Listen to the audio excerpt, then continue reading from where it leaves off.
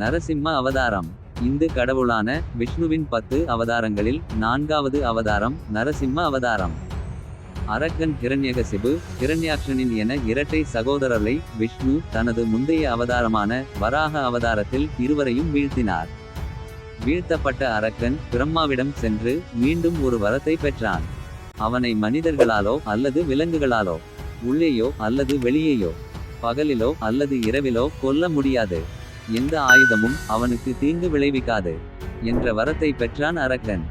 இதனால் பாதுகாப்பாக உணர்ந்தவன் சொர்க்கத்தையும் பூமியையும் தொந்தரவு செய்யத் தொடங்கினார்.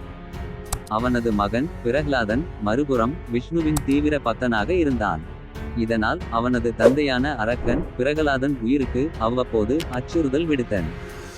உனது கடவுள் எங்கு இருக்கிறான் என்று சவால் விட்டான் அரக்கன். சவால் விட்ட தனது தந்தையான அரக்கனை பார்த்து, எனது கடவுள் தூணிலும் இருப்பான் துரும்பிலும் இருப்பான் என்ன சொன்னான் பிரஹ்லாதன். அப்படியா, உனது கடவுள் கல் தூணிலும் இருக்கிறானா என கேட்டபடி ஒரு கல் தூணை உதைத்து, எங்கே, இந்த கல் தூணில் உனது கடவுள் இல்லையே என்று கேட்டான். அப்போது விஷ்ணு பகவான் ஒரு மனித உடலுடன் சிங்க முக வடிவத்தில் கல் தூணிலிருந்து கல் தூணை பிளந்து கொண்டு தூணிலிருந்து வெளியே வந்தார் நரசிம்மர்.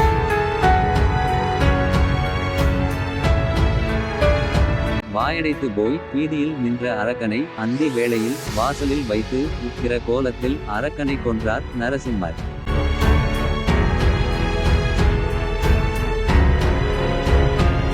இப்படி வரலாற்று சிறப்புமிக்க ஒரு திரைப்படம்தான் மகாவதார் நரசிம்மா என்ற பெயரில் வெளிவந்துள்ளது. KGF, காந்தாரா, சலார் போன்ற படங்களை தயாரித்த நிறுவனம் இந்த படத்தை தயாரித்துள்ளது.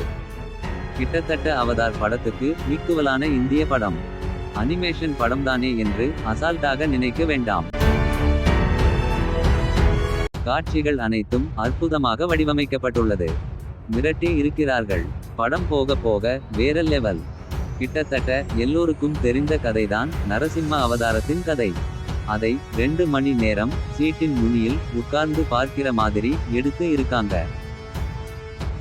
குழந்தை பக்தன் பிரகலாதனின் பக்தியை பார்க்க பார்க்க நாமெல்லாம் ஒரு பிறவியா என கண்ணீர் வந்துவிட்டது. படத்தின் கடைசி 20 நிமிட காட்சிகளை மீசிலிருக்க வச்சுட்டாங்க. வர்ணிக்க வார்த்தைகளே இல்லை. பரமாத்மா நரசிம்மரின் ருத்ரதாண்டவம். இரணியகசிபுவை வதம் செய்வதற்கு முன் அசுர கூட்டங்களை நரவேட்டை ஆடும் அந்த காட்சி இருக்கே, மிகவும் அற்புதம். பரமாத்மாவின் விஸ்வரூப காட்சிகளை பார்ப்பவர்கள் கையெடுத்து கும்பிடுகிறார்கள். நரசிங்கமூர்த்திக்கும் பிரகலாதனுக்கும் இடையே உள்ள அந்த பாச பிணைப்பை அவ்வளவு அழகா காட்டி இருக்காங்க. ஒவ்வொரு சீனையும் துல்லியமா விளக்கி இருக்காங்க. இந்துக்கள் அனைவரும் கண்டிப்பாக தங்கள் குழந்தைகளை அழைத்து சென்று இப்படத்தை பாருங்கள். இன்றைக்கு இருக்கின்ற நிறைய குழந்தைகளுக்கு நரசிம்மா அவதாரத்தின் முழு கதையும் தெரியாது. இன்றைய ட்ரெண்டுக்கு ஏற்றாற்போல் குழந்தைகளுக்கு புரிகின்ற மாதிரி படத்தை எடுத்து இருக்காங்க. 2 நாளில் படம் வசூலை குவிக்க ஆரம்பித்து விட்டது.